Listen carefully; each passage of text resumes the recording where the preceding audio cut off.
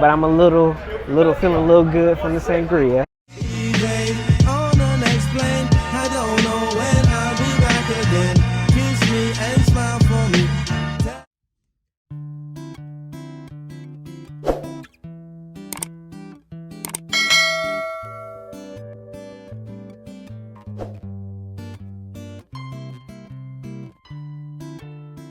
Everybody, I am here in Barcelona and I'm getting ready for a 7-day cruise on Royal Caribbean.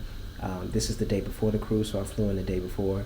Originally was supposed to get here till 2 in the afternoon, but took an earlier flight and got here at 5:30 in the morning. So if I look tired, it's because I didn't get any sleep on that flight, because I slept on the flight from Atlanta to New York, and that was a big mistake on my part, but it is what it is.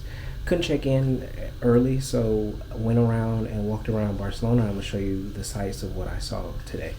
Located in the heart of the Gothic Quarter, just right outside of my hotel, the Barcelona Cathedral is the seat of the Archbishop of Barcelona in Catalonia, Spain.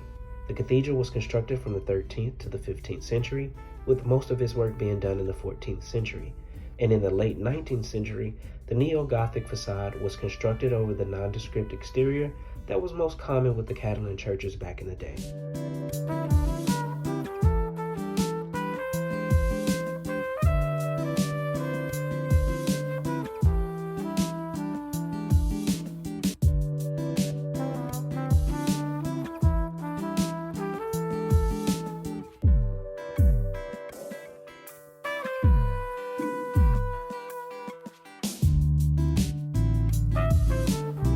The Gothic Quarter is a historic center of the old city of Barcelona. The quarter holds the oldest part of the city of Barcelona and includes the remains of the city's Roman walls and several notable medieval landmarks. Much of the present-day fabric of the quarter dates to the 19th and early 20th centuries. While walking through the Gothic Quarter, you never know what you might find. We happened to stumble across someone playing the harp. Take a listen.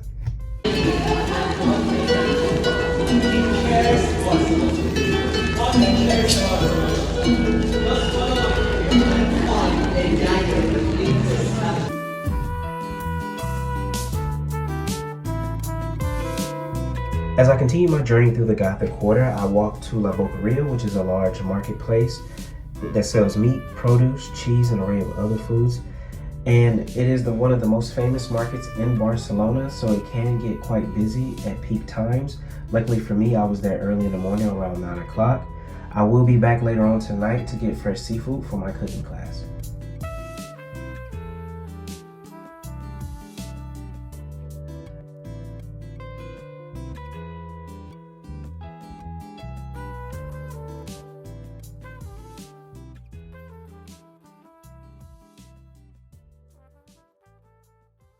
And also I'm gonna give you a room tour of my hotel room. I'm staying at the Hotel Cologne. I think that's how you pronounce it. Hotel Cologne is a boutique hotel located in the Gothic Quarter, which is about a 20-minute ride from the airport. The hotel staff is nice and friendly. When I arrived, they took my luggage and put it in storage while I waited for my room to be available. The hotel does have a rooftop terrace where you can get a beautiful view of the Barcelona Cathedral, but get there early because it does get packed and I wasn't able to get a shot from the rooftop because there were so many people there eating dinner. And I booked this cruise a year ago today, and this hotel a year ago today, and didn't realize, I didn't know that there was a festival this weekend.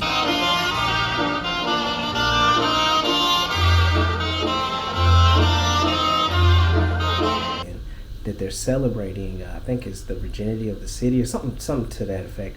I'll put it down in the below somewhere, but originally I just wasn't gonna do too much here in Barcelona because like I said, my flight was originally supposed to get here at 2 something. So I booked a cooking class where we cook paella, and that's later on tonight about 6:45. I was able to get into my room a little bit earlier, so I was able to get in at 11 instead of waiting to 2, which is good. Now I'm gonna take a shower, take a nap, and then get up and go to the cooking class, and I'll bring you all along for that cooking class. So I'll see you guys a little bit later. Hey everybody, I'm going to my cooking class.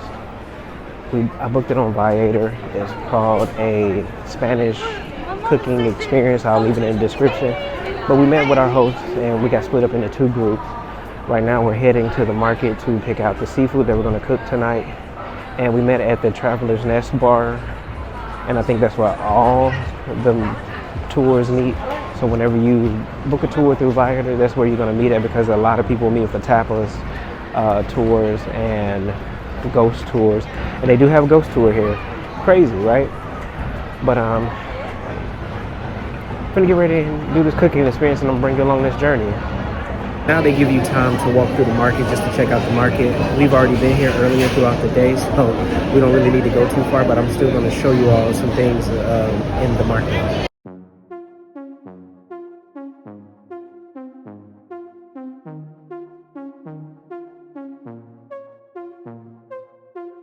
Ponte suelta, bailame y date la vuelta pa' que se dé cuenta. Solo resta, el ambiente se presta.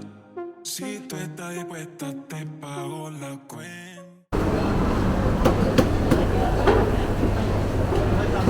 Okay, ladies and gentlemen, we are here with Madame Carmen, the owner of the stand. We need to buy just a few ingredients. What? Don't worry, when I finish the class I will bring you the recipe with everything inside. Let's try to enjoy the day. First thing is the cuttlefish. It's a great one. It's the cousin of the squid. It's from the same family. Make the same thing. Change color when run, when hunting. The second ingredient is a squid, the pink one.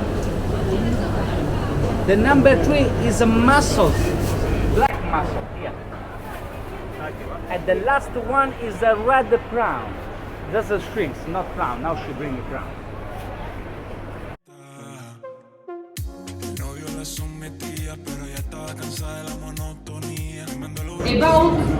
For the rest of your life, about the oil. Oil important every time the smoke point. The smoke point of the oil. So the extra virgin smoke point is 85 Celsius degree. Your pan punch about 185 to 210 degree this pan. So every time you need to be very careful with the oil, whatever you are doing. So you hear now? Okay. So this is the voice of all which you need to hear as soon as you add the ingredients. So cuttlefish and squid. Cuttlefish and squid is the base for paella.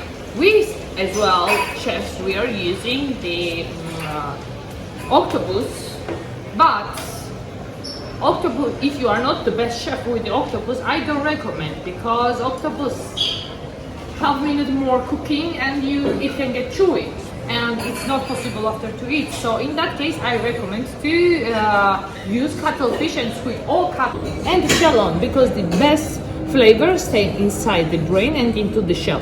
So the thing is that, can you pass me the, thank you very much. Thank you.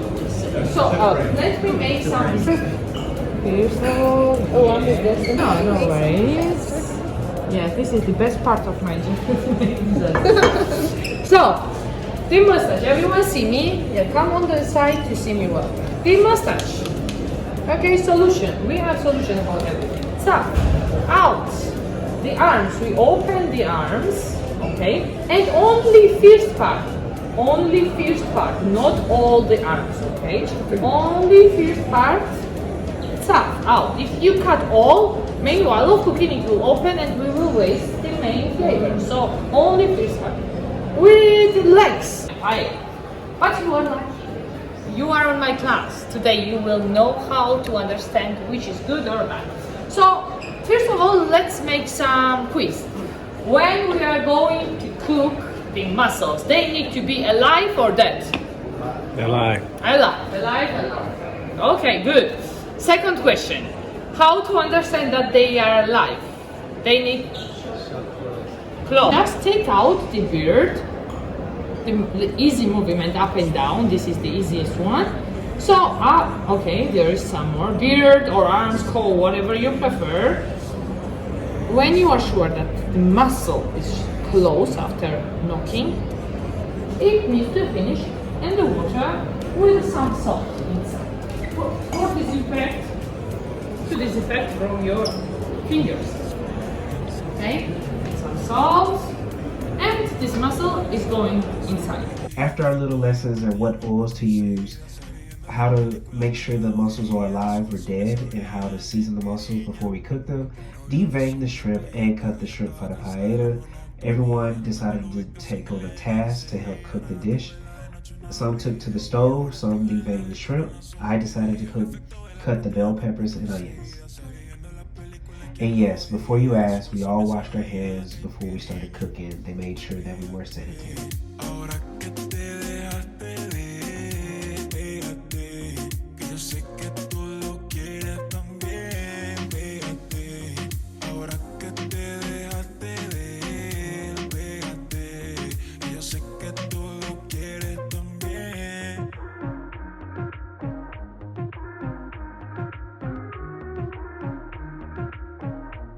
And did I mention we got to make our own sangria? Suelta, bailame y date la vuelta pa' que se dé cuenta. Solo resta, el ambiente se presta.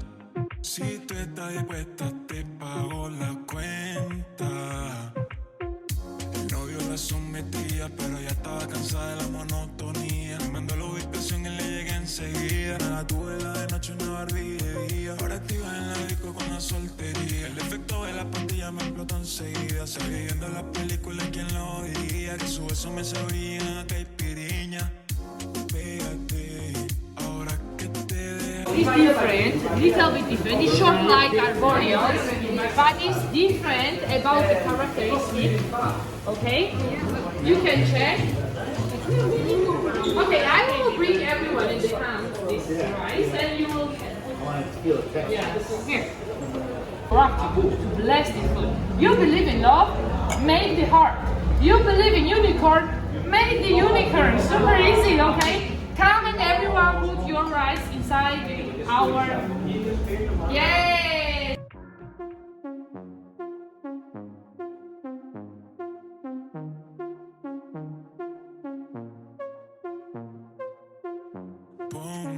Easy to take the crust, okay?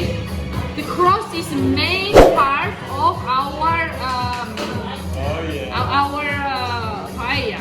Paella texture every time is crispy, never creamy. Okay? So this is the sucarat. This is the sucarat. Which color starts from honey color until the brownie. Overall, the taste of the paella was pretty good. It was better than what I expected, even though I went into it with no expectation. Would I have changed some things if I was cooking at home? Yes, but then it would be traditional paella if I did that. But all in all, it did taste wonderful.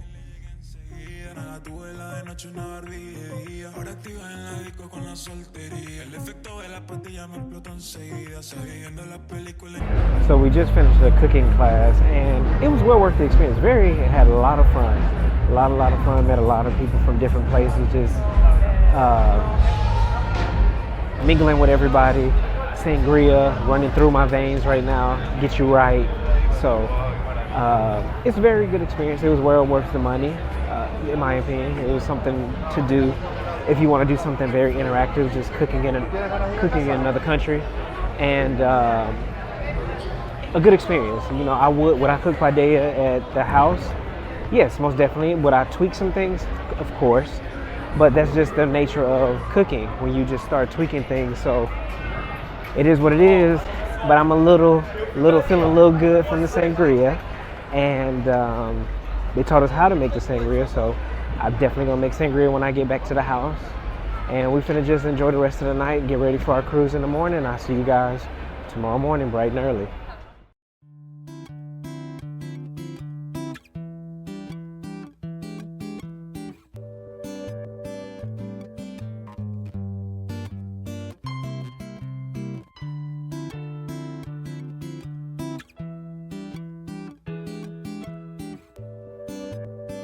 Here, boarding went kind of smoothly or whatever like that, but it's still going to be a good little minute before we get to our rooms.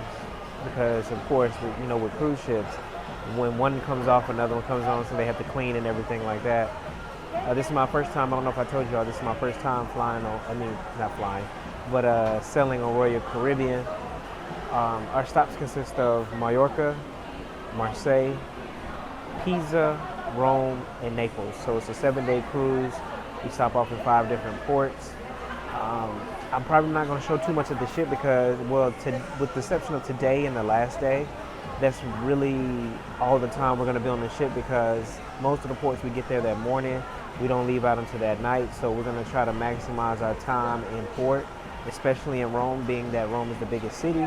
But one thing I can say is I will definitely be back to Barcelona because Barcelona has some character to it and it has a really, really nice feel, and I want to explore it more. So I would say I will come back to Barcelona, probably try to stay in maybe 3 days, and then try to get to another area in Spain, like Madrid or somewhere like that.